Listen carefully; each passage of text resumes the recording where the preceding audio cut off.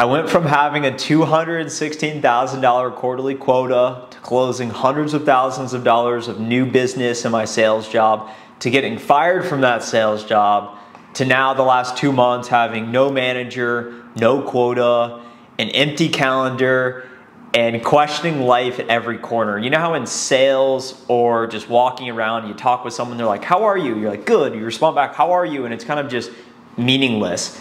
In today's video, I genuinely want to share with you how I have been over these last 2 months and share some of the lessons I've had from having a lot of time to think. And then hopefully you can apply those to your own life, your own career, whatever it is you're trying to figure out. And I also want to talk about what's next for me because I'm getting that question a lot. But where I want to start in the title of this video, the reason I titled it, I Miss Selling, is because I genuinely miss selling. Sales is really hard.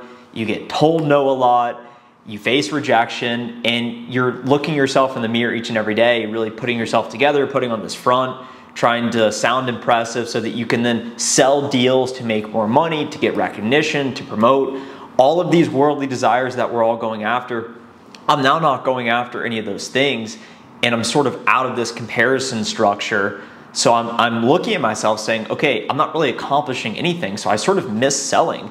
And what underpins that selling is that you have this target, you have a quota, something you're working after.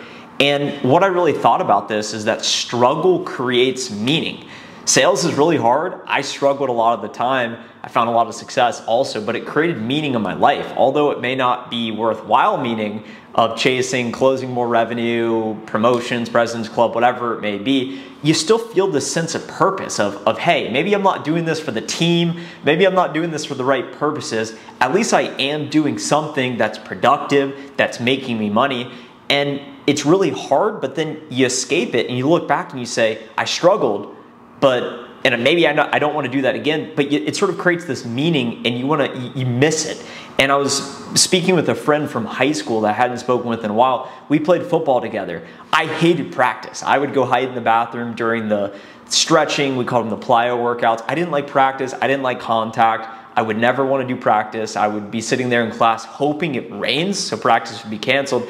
I was speaking with my buddy and we were like, man, we would give up anything to go back and be at practice because the camaraderie and the struggle, it creates meaning. I ran my first marathon and I struggled. It really was hard.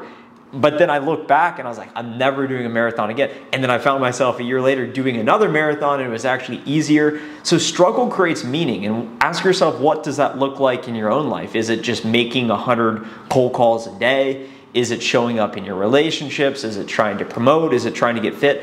Whatever creates struggle in your life creates meaning. Because when you lose that struggle, you start to lose meaning. And that's the place I've been these last 2 months. Where I'm at in the present is, think about that thought exercise of, if you had all the free time in the world and you don't have to do anything because you don't have to worry about money, what would you do? And they say you'd follow your passions.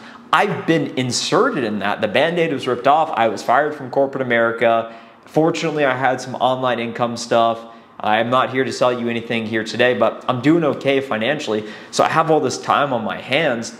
I've got the YouTube channel, the different social stuff. It's fun to post on LinkedIn, whatever. But whenever you don't have this struggle and you have all this free time, at least for me, I've started to slip into some bad habits. I'm quite literally addicted to content. That's why I have this Post-it note on my computer screen. It literally says, you only have permission to be on your computer for 1 hour a day. So now I'm looking at my phone, but then I try and delete TikTok because I don't want to watch the shorts. So there's these different distractions.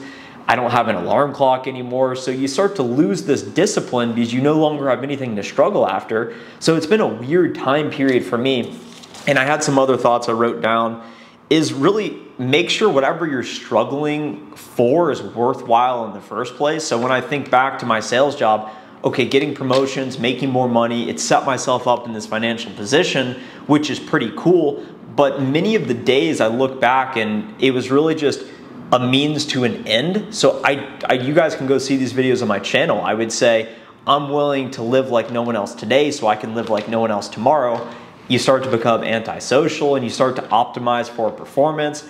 which requires you sacrificing other things. And you start to think there's this end destination of once I get this promotion, once I get this golden carrot on the other side, all of a sudden everything I've ever wished for is now presented to me and I'll be happier, I'll feel more successful, whatever it may be. I'm here to tell you there is no end destination because it's not worth sacrificing the present for some imaginary future. And because I'm addicted to content, as I was telling you, I was listening to this Warren Buffett video and he was saying at his annual shareholder meeting, and he said, we never had a desire to retire at 65 because I just love what I'm doing so much. And I think that there's beauty in that, and it's simple, and I simply enjoy what I'm doing so much that I don't want to give it up. And Warren Buffett's 92, Charlie Munger's partner's 99. They could be doing anything in the world right now. They're billionaires, the most successful investors of all time, but they're still working because they love it so much. So whatever I do next, I'm trying to think about that, about what do I genuinely enjoy doing so much that brings me so much joy that it doesn't feel like work, that's still productive, that still checks all the boxes.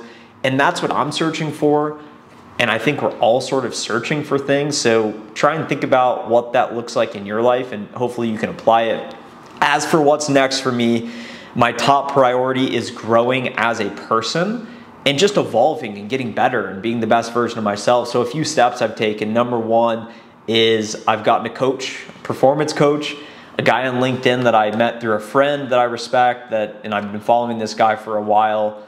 So I paid him $3,000 for 12 sessions. We meet every other week for an hour. So whatever that is, but yeah, we had our first coaching today and I feel a lot better after it. I'm sure I'll be sharing some learnings from those coachings with you guys as we continue to build that out. But we're just talking about health, wealth, relationships, spirituality, these things that you don't normally talk about in your relationships with friends, whatnot, because there's maybe not that accountability or that space to talk about it. So I'm now seeking out these people of who are aspirational, like-minded people. How can I surround myself with them, and how can I keep getting better? Because that's my primary focus. Next, I'm getting off the grid for an entire week. So the week of May 15th, I got an Airbnb in the hills of Colorado, about 2 hours south of Colorado Springs, and there's no Wi-Fi. It's on 100 acres of remote land. It's completely in the middle of nowhere, and I don't plan to look at my phone, my email, YouTube, no more content, no shorts, and we're just gonna spend some time to think about what we really want, and hopefully see some stars, get in nature, avoid any crazy animals. And next, I realized that I have no desire to get another job. I get a lot of messages from people saying, hey, I think you'd be a great XYZ, all these different jobs that I'm sure are lucrative, great opportunities. I don't have a desire to get another job because one, I want to be the owner of whatever I do next. I want to have equity. I want to be the owner because it gives me more financial upside, but it also gives me more control over how I spend my time. And to me, that's the most important thing, is my calendar, what I'm working on, who I'm working on it with, where I'm working on it. I am launching a business in the next few days, couple weeks. It's not live yet, so I'm not going to reveal all the details, but it's going to involve sales training, specifically helping SDRs, BDRs achieve more, because I feel like I have a lot to offer to folks in those positions that are trying to get ahead and find more success, because I've done it, I've been there, I have the specialized knowledge, and rather than selling another product for some software company that I kind of believe in, but I really got to fake it so that I can find success, I'm gonna sell myself because I have absolute conviction, confidence in myself. And as I told you, I miss selling. So I need a product to sell, and that's what I wanna figure out. And a thought I wanna leave you with here that I also heard Warren Buffett say, he said, the difference between successful people and really successful people is that really successful people say no to almost everything. So think about what you're doing in your life. Maybe you're in the sales job. Maybe you're in the full swing of things, in that grind, as I like to call it. Keep doing whatever you got to do to reach your goals, but remember, there is no end destination. Is whatever you're struggling over even worth it in the first place? Is it actually what you want? And then as you think about getting ahead and getting more of what you want out of life, it's going to require you saying no to a lot of things, even if those things are packaged as really nice vibrant opportunities like I'm receiving daily on LinkedIn and in the YouTube comments, and people reaching out saying, hey, I've got all these great things we could do. And I just got to be like, look, I'm working on my own thing. I'm going to launch it. This is what I'm trying to do. I'm trying to become a better person.